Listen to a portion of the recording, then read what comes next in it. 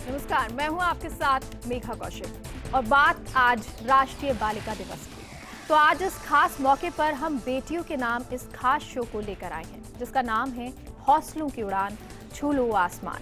बेटियां हैं तो कल है। ऐसे में बेटियों को आगे बढ़ने दें, उनके सपनों को उड़ान भरने दें। पूरी दुनिया नप जाएगी। बेटियां फूलों सी नाजुक, कलियों सी कोमल। खुशियों का दूसरा नाम है बेटी। किसी पर बोझ या अपमान नहीं, हर परिवार का अभिमान है बेटी। किसी से नफरत नहीं, प्यार और त्याग की सूरत है बेटी। बेटे से चलता एक परिवार, दो परिवारों का आधार है बेटी। जी हाँ, बेटियां होती ही ऐसी हैं जिनको शब्दों में बयां करना आसान नहीं होता, जिनके बारे में कुछ लिख पाना आसान नहीं है। वो लफ्ज ही नहीं बने जो बेटियों की शान को बयां कर सके।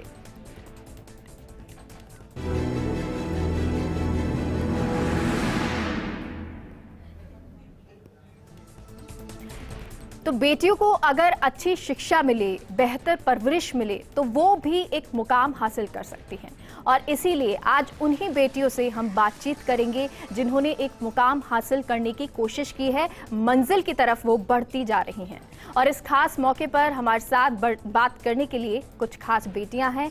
सबसे पहले मृणालिनी यादव हैं, विशेषज्ञ आपदा प्रबंधन। नव्या नायर नेशनल अवार्ड विनर हैं, बेस्ट प्रेजेंटर ये रही हैं। Mugdha Parekh national award winner हैं डिबेट में। तो वहीं राशि Kushwaha NCC cadet, Rajasthan best cadet award, all India CWS scholarship, national table tennis player. तो वहीं युविका नवलखा भी हमारे साथ जुड़ी हैं, लेखिका ये हैं, राइटर हैं, पोएट्री ये लिखती हैं। आप सभी का बहुत बहुत स्वागत है। तो सबसे पहले राशि, आप पर आना चाहेंगे, आपसे जानना चाहेंगे कि आपकी जर्नी कैसी रही, क्योंकि बहुत सारे अचीवमेंट आपने पाए हैं अभी तक। गुड आफ्टरनून, हाय, मेरा नाम राशि है। मैं 17 साल की हूँ and I study in 11th standard. I am the Rajasthan best cadet and I have been awarded the CWS scholarship. So I think hard work beats talent at every level, and I don't think I've had that inborn talent in anything particularly, not even table tennis. I've just worked hard as much as I could, and the hard work is all that has culminated into all these achievements that I have. So that, and if I particularly had to talk about myself, I would say that I manifest, and this is something that I have learned quite recently through Instagram.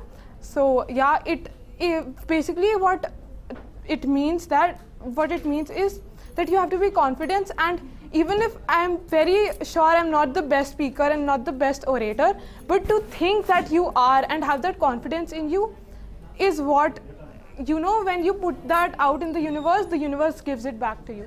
So that is what I did. बिल्कुल। और क्योंकि आज देखिए आप सभी daughters यहाँ पर हैं, आप सभी बच्चे यहाँ पर मौजूद हैं।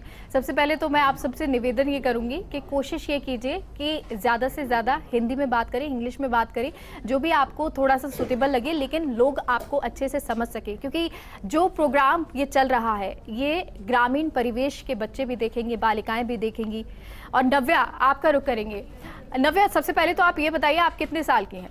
मैं 16 इयर्स की हूँ। 16 इयर्स की हैं। और नव्या के बारे में आपको बता दें, ये नेशनल अवार्ड विनर हैं, बेस्ट प्रेजेंटर का इनको अवार्ड मिल चुका है नेशनल लेवल पर। नव्या, अब अपनी जर्नी के बारे में बताएं जरा।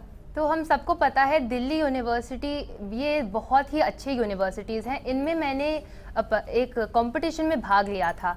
ये कोविड-19 के बारे में था, और हम सभी को पता है कि कोविड-19 कितनी बुरी डिजीज़ है। मैंने इसके बारे में रिसर्च किया था, और मैंने स्वच्छता के बारे में भी रिसर्च किया। हम सबको पता है कि हमें 20 सेकंड के लिए अपने हाथ धोने हैं, साबुन से हाथ धोने हैं और मास्क पहनना है। बट क्या आपको ये कोविड-19 से पहले पता था? ज़्यादा से ज़्यादा लोगों को नहीं पता था। बट मैंने इसके बारे में रिसर्च किया, और अब हम सब ही जानते हैं कि हमें ये करना चाहिए। मृणालिनी से भी आपको मिलवा देते हैं, विशेषज्ञ हैं ये आपदा प्रबंधन की। अब आपको नाम सुनकर लग रहा होगा कि इसने बहुत ज़्यादा सक्सेस तो पाई है, लेकिन बहुत ज़्यादा उम्र में जाके जब हम विशेषज्ञ बनते हैं, और वो भी इसमें आपदा प्रबंधन में, तो मृणालिनी से पहले जान लेते हैं कि वो किस उम्र में है। मृणालिनी, ज़रा बताएं अपने बारे में। I am 16 years old. बिल्कुल And, छोटी सी उम्र है, स्वीट 16 जिसे कहते हैं। मृणालिनी बताएं अपनी journey. I am presently the president of Disaster Management Club, and we organize different drills in our school to make people aware. सारे बच्चों को जैसे earthquakes and lightning strike, अभी आमेर फोर्ट पे lightning strike हुई थी, सबको पता होगा पिछले साल, तो वैसी चीज़ें ना हो इसके बारे में हम सबको अवेयर करते हैं कि what you have to do when such things happen. You have to be aware about, like when earthquakes come, you have to go in a clean place, not in a building. You have to leave your building and go in a clean place. How do you do that if you are stuck somewhere, if there is flood somewhere, if there is tsunami going on? We make people aware about this. Not even only just the natural disaster, but about the man-made disasters also, such as oil spill, terrorists, basic defense, which we teach. This is basically what we do.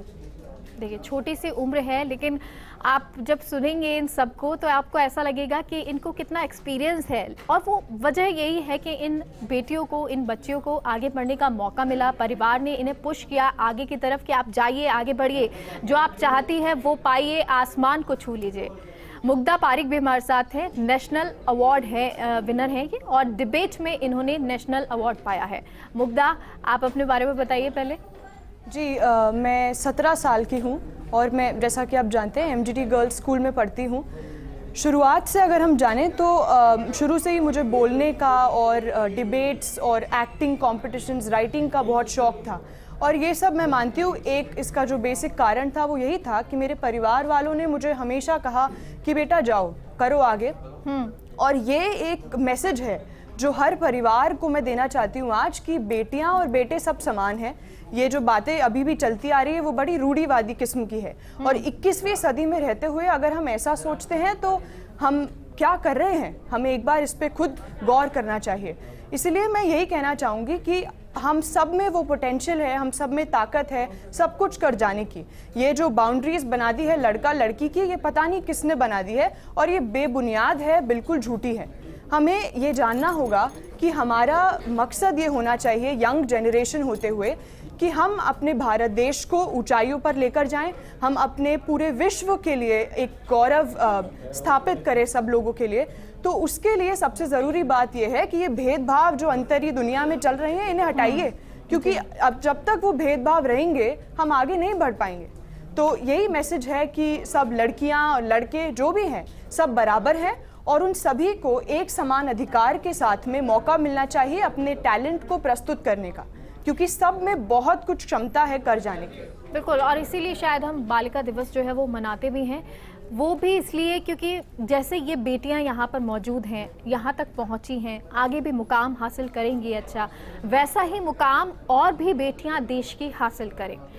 Yuvika Navlakha हैं, लेखिका हैं। युविका, सबसे पहले आप, जैसा कि सबने अपनी उम्र बताई है, क्योंकि छोटी छोटी उम्र में आप लोग हैं और इतनी छोटी उम्र में इतने बड़े बड़े डेजिग्नेशन आपने हासिल कर लिए हैं। युविका, आप कितने साल के हैं? मैं 13 इयर्स की हूँ, यानी 13 साल। 13 साल की लेखिका, आपने कभी सुना है? लेकिन हाँ, हमारे देश में अब ऐसा भी होता है, जो बेटियां हैं वो 13 साल में भी क्या कर सकती हैं। और इससे ज़रा आप ये अंदाज़ा भी लगाइए कि अगर हम बेटियों को पढ़ने दें, उनको आगे बढ़ने दें, वो जो चाहे उस मुकाम पर हासिल उन्हें करने दें सफलता, तो वो कहाँ पहुँच जाएंगी। चलिए राशि, अब आपके पास सबसे पहले आते हैं। राशि, आप, क्योंकि आपने बताया कि कैसे आप नेशनल कैडेट जो हैं, नेशनल अवार्ड आपको मिले हैं, नेशनल NCC कैडेट आप बनी हैं, ये सब जर्नी शुरू कहाँ से हुई? कैसे आपने सोचा कि मुझे बहुत जल्दी अचीव करना है, कैसे कैसे आगे बढ़ना है? मैं मेरा जवाब ऐसे चालू करना चाहूँगी कि मेरी फैमिली ने मुझे हमेशा सपोर्ट किया है। जो चीज़ मैं नहीं चाहती थी करना, मुझे वो भी कराया है। तो हर चीज़ में का मेरे को थोड़ा थोड़ा नॉलेज था, जिसे कहता है जैक ऑफ ऑल ट्रेड्स। तो बस हर चीज़ की थोड़ी थोड़ी नॉलेज थी। तो और फिर मेरे को किसी भी चीज़ का पता नहीं था, तो मेरे पास जितनी चीज़ें अवेलेबल थी और जितनी रिसोर्सेज थी, मैंने उसका बेस्ट पॉसिबल यूज़ किया, और जितना हार्डवर्क मैं कर सकती थी उतना किया, और उसी से ही मैंने जो भी अचीव किया है वह किया। जी नव्या, क्योंकि आप प्रेजेंटर हैं और आपको अवार्ड भी इसके लिए मिला है, लेकिन जब आपने कहा कोविड का टाइम था, उस पर हमें प्रेजेंट करना था अपनी स्टोरी जो थी, डर नहीं लगा आपको कि इतनी सी उम्र है, पता नहीं कौन कौन लोग सुन रहे होंगे, कितने बड़े बड़े अधिकारी लोग होंगे, ऐसा कभी डर नहीं बैठा? वैसे तो काफ़ी डर बैठा। जब बोलने जा रही थी तो मुझे लगा कि पता नहीं मैं कुछ गलत बोल दूंगी, क्या पता मेरा रिसर्च वो काफ़ी नहीं किया। बट पता चला कि जब प्राइज़ आया तो पता चला कि नहीं, मैंने अच्छा किया। और इसीलिए हम सबको अपने आप में आत्मविश्वास रखना चाहिए। अगर ये नहीं रखेंगे तो हमारा जो परफॉर्मेंस है, हम जो करेंगे वो अच्छा नहीं होगा, वो बेहतर होगा अगर हम खुद में विश्वास रखें। और अब भी मैं थोड़ी डरी हुई हूँ, मैं ज़्यादा बोल नहीं पा रही, बट मैं खुद में आत्मविश्वास रख रही हूँ कि मैं ये भी अच्छे से ही कर रही हूँगी। लेकिन ये बहुत अच्छी बात है आपकी नव्या कि आप इस बात को मान रही हैं, अपनी कमज़ोरी के साथ जीतने की कोशिश कर रही हैं और ऑन कैमरा कोशिश कर रही हैं, क्योंकि बहुत छोटी सी आप लोगों की उम्र है। इस उम्र में भी अगर आप इस तरह मुकाम हासिल कर रहे हैं या इस तरह से बोल पा रहे हैं, ये बहुत बड़ी बात है आपके लिए। सभी लोग गर्व भी महसूस कर रहे होंगे, आपके परिवार वाले। क्योंकि मुग्धा, अब मृणालिनी, सबसे पहले आपके पास आते हैं। आपने आपदा प्रबंधन के लिए बताया कि किस तरह से जो आप हैं काम करते हैं, चाहे अभी जयपुर में जिस तरह बिजली कड़की थी, गिरी थी, और ऐसे ही अब कोई आपदा आती है तो उनके लिए आप लोग काम करते हैं। इतनी छोटे से उम्र में आप लोगों को बताती हैं। अभी तो आपकी ये उम्र है कि आपको लोग बताएं या आप ये समझें, कैसे आपने यहाँ तक पहुँची आप? ये लोग हमें बताते हैं, हम लोगों को बताते हैं। एक्चुअली पता सबको होता है, उनको ढंग से नहीं पता होता करना कब क्या है। ये हम बेसिकली स्टार्ट करते हैं छोटे बच्चों से, जिससे उनको पता हो। फायर पर्सन्स देखे आपने, फायर वर्कर्स, वो जब किसी बिल्डिंग में आग लगती है तो वो बच्चों को बचाते हैं, फिर बड़ों को बचाते हैं। हम कोशिश कर रहे हैं कि बच्चे बड़े खुद को बचा पाए, जिससे इतनी प्रॉब्लम्स ना आए। वो खुद कुछ थोड़ी देर तक खुद को सेफ रख सके, जिससे जब तक उनके पास हेल्प पहुंचे तब तक वो सेफ रहें और फिर उनको बचाया जा सके। जी मुग्धा, आपने डिबेट में तो नेशनल अवार्ड पाया है, लेकिन आपके फैमिली बैकग्राउंड की बात करें, क्योंकि फैमिली ने ऑब्वियसली आपको आगे बढ़ाया ही होगा, मोटिवेट किया ही होगा, मम्मी पापा ने, लेकिन किस तरह आपको इस लाइन में कि नहीं आपको डिबेट भी करना है? बहुत सारे बच्चे नहीं कर पाते हैं, डरते हैं अभी भी। जी मुझे लगता है कि ये मेरे फैमिली जीन से ही आया है। मेरे पिताजी भी बहुत अच्छे डिबेटर, ओरेटर हैं, और मेरी जो मम्मी है वो लेक्चरर हैं, PhD इन हिस्ट्री। तो वहीं से वो कॉन्फिडेंस आया। और मेरा एक्चुअली मैं टीचर बैकग्राउंड है, पूरे परिवार में सब लोग मेरे अध्यापक ही हैं। तो वो डिसिप्लिन और वो बोलना, वो कॉन्फिडेंस, एक डिसिप्लिन्ड लाइफ जीना, आप अपने अच्छे जल्दी सोना, जल्दी उठना, ये सब मुझे वहीं से सिखाया गया है। और जहाँ तक ये बात आती है डिबेट्स की और एक्टिंग और राइटिंग की, तो मुझे हर बार यही कहा जाता है, मेरे परिवार वाले यही कहते हैं कि बेटा जो भी अपॉर्चुनिटी आई है उसे लपक लो, ले लो उसे पूरे खुले हाथों से, जो भी होगा देखा जाएगा, पर आपको अपना 100% देना है। जब तक आप अपना 100% नहीं देंगे तो आप तो अपनी तरफ से कुछ कर ही नहीं रहे, क्योंकि जो अपॉर्चुनिटी आई है वो तो आपको मिली है, आपने क्या किया उसमें। तो you have to do something कि लोग आपको देखें, लोग आपके तारीफ करें, आपको इस मुकाम तक पहुंचना है, ऐसा काम करना है। तो वही जोश, वही जुनून लेकर अगर आप कोई काम करोगे, अपना 100% दोगे, तो डेफिनेटली आपको रिजल्ट्स मिलेंगे। तो मुझे यही सिखाया गया और मैं वो करती गई। कठिनाइयाँ आई, सबके साथ आती हैं, पर अगर आप उसी लाइन पे धीरे धीरे चलते रहते हैं तो आपको पता नहीं लगता आप कन्याकुमारी से कश्मीर कब पहुंच जाते हैं। तो बस यही था। ये बहुत बड़ी बात कह दी कि आपको ये नहीं पता चलता, जब आपका एक गोल सेट होता है तो आपको बस ये पता होता है कि मुझे पहुंचना है, और जब आप गोल सेट कर लेते हैं तो पहुंच भी जाते हैं। आज जो हमारी गेस्ट आई हैं उनमें सबसे छोटी गेस्ट युविका हैं, 13 साल की हैं। अब 13 साल की लेखिका हमने तो आज तक नहीं सुना है, लेकिन आप ऐसी लेखिकाओं के बारे में, ऐसे बच्चों के बारे में, बालिकाओं के बारे में सुनने लगेंगे अगर बेटियों को आगे पढ़ाएंगे। युविका, आप अपने बारे में आपने बताया कि आप लेखिका हैं, आप किस तरह से करती हैं काम, किस तरह लिखती हैं, लेकिन 13 साल में लिखना, ये तो मेरे ख्याल से शायद सबके लिए आश्चर्य होगा। किस तरह आप लिखती हैं? क्या आपको फैमिली मोटिवेशन मिलता है? जी, तो मेरी उम्र सुन के लगता होगा कि मैं बहुत छोटी हूँ, परंतु ऐसा नहीं है, और इसी कारण मेरी कहानी भी बड़ी साधारण है। विद्यालय से काम मिला था कि कविता लिखो, तो मैंने कविता लिखी और बड़ा मज़ा आया लिखने में। ज़्यादा कुछ सोचा नहीं था कि आज यहाँ बैठी रहूँगी, और परिवार ने सपोर्ट किया, किसी ने मुझे नहीं रोका कि मतलब ये सब मत करो। और अच्छा, ये जो आप कविता लिखने का बता रही हैं, ये कौन सी उम्र में लिखने का मौका मिला था आपको? जब मैं 12 साल की थी। 12 साल की थी तब। अच्छा, फिर? तो मैंने अपनी पहली कविता लिखी और लिखने में मज़ा आया, तो मैंने दूसरी लिखी, फिर सबने देखी मेरी कविताएं, सबको अच्छी लगी, तो फिर मैं लिखती गई और मैंने सोचा नहीं कि इतनी सारी लिखूंगी, बस मैं लिखती गई जब भी मन हुआ लिखने का, क्योंकि मज़ा आता था, खुशी मिलती थी, तो बस ऐसी बस 22 लिख ली फिर। तो युविका, जो आप ये कविताएं लिखती हैं वो दर्शकों को तो हम सुनाएंगे ही, लेकिन पहले ये बताइए कि ये जो कविताएं अभी तक आपने लिखी वो किस किस को सुनाई और किस तरह आपको प्रेज़ मिला है? जी, तो ऐसे देखें तो सभी ने देख ली मेरी कविताएं, पहले लिखी थी, फिर मम्मा पापा ने देखी, फिर मेरी बहन दादी सबने देखी, फिर जब लोग आते गए घर में और फिर उन्होंने भी देखी, पढ़ी, उन्हें बहुत अच्छी लगी, कहा कि बहुत अच्छा है, बड़े होकर लेखक बन सकती हो, और ऐसे ही सब देखते गए, फिर सबको अच्छी लगी, तो इसलिए मैं बस लिखती गई। बिल्कुल। और युविका जिस तरह से जितने कॉन्फिडेंस से बात कर रही है, ये तो आप समझ गए होंगे कि वो लेखिका तो बहुत अच्छी होंगी। तो युविका, एक जल्दी से अपनी जो पोइट्री है, कविता है, वो भी सुना दीजिए। जी, तो यहाँ मेरे फ़ोन में है, एक सेकंड। जी, चलिए, जब तक आप युविका देखिए अपनी पोइट्री जो है, कविता निकालिए फ़ोन से। राशि, आप एनसीसी कैडेट हैं और टेबल टेनिस भी खेलती हैं आप, है ना? तो कभी फैमिली वालों ने या रिश्तेदारों ने या लोगों ने कहा कि यार एनसीसी कैडेट कैसे, क्या क्या करना पड़ता है वहाँ पर, ईंट पत्थर उठाने पड़ेंगे, कभी आपको कहीं जाना पड़ेगा, ऐसा कुछ क्रिटिसिज्म मिला कभी? मुझे ऐसा तो कभी महसूस नहीं हुआ मेरी फैमिली, मेरे फ्रेंड्स, मेरे एनवायरनमेंट में। और इस टाइम पे मेरे जैसे मतलब 10th 9th 10th ग्रेडर का एक एनसीसी कैडेट होना बहुत ही रेयर चीज़ है, क्योंकि बहुत ही कम स्कूल्स में NCC as a subject present है अभी। तो पहले तो मैं मेरे स्कूल को बहुत बड़ा थैंक यू बोलना चाहूँगी, हमारी प्रिंसिपल मिसेस अर्चना एसमन कोटिया, हमारी सीईओ मिस अंजलि, इन लोग ने बहुत सपोर्ट किया, बहुत गाइड किया, मेरे पेरेंट्स ने बहुत गाइड किया, मेरे दादू सा दादी सा सबका बहुत सपोर्ट रहा। मतलब जहाँ मैं बोल देती थी कि मैं नहीं करना चाहती, वहाँ पे भी वो मुझे पुश करते थे, तो इसमें तो कोई कमी रही नहीं कभी। जी, और राशि, अब आप क्या बनना चाहती हैं? मैं बहुत कुछ बनना चाहती हूँ, मैं इतना सब कुछ बनना चाहती हूँ कि मुझे नहीं पता मैं क्या बनना चाहती हूँ।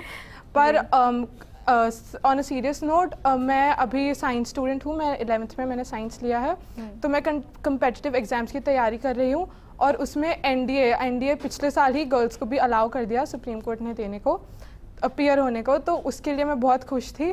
तो बस इसी वजह से मैंने मैथ्स भी ले लिया, which is mandatory to appear for the test. तो एनडीए का मेरा ड्रीम है पास करने का। चलिए, तो बहुत सारे ड्रीम है, और वो इसलिए कि टैलेंट जो है राशि में बहुत कूट के भरा है, बहुत सारी चीज़ें राशि करती है, तो अभी थोड़ा कंफ्यूज है, लेकिन एनडीए के लिए उन्होंने गोल रखा है कि उसमें तो जाना ही है। ठीक है राशि जी। नव्या, क्योंकि आपने बेस्ट प्रेजेंटर आप रही, नेशनल अवार्ड आपको मिला, अब आपको टीवी पर जो आपने कोविड के बारे में बोला होगा, प्रेजेंट किया होगा, उसी तरीके से आप प्रेजेंट करके दिखाएंगी? तो मैंने सबसे पहले तो एक सर्वे दिखाया था जिसमें ऑलमोस्ट 100 लोगों ने बताया था अपने बारे में। इससे हमें पता चला कि लोगों को अब ज़्यादा पता है, लोगों को पता है कि उन्हें अपने सब्जियां भी धोने चाहिए।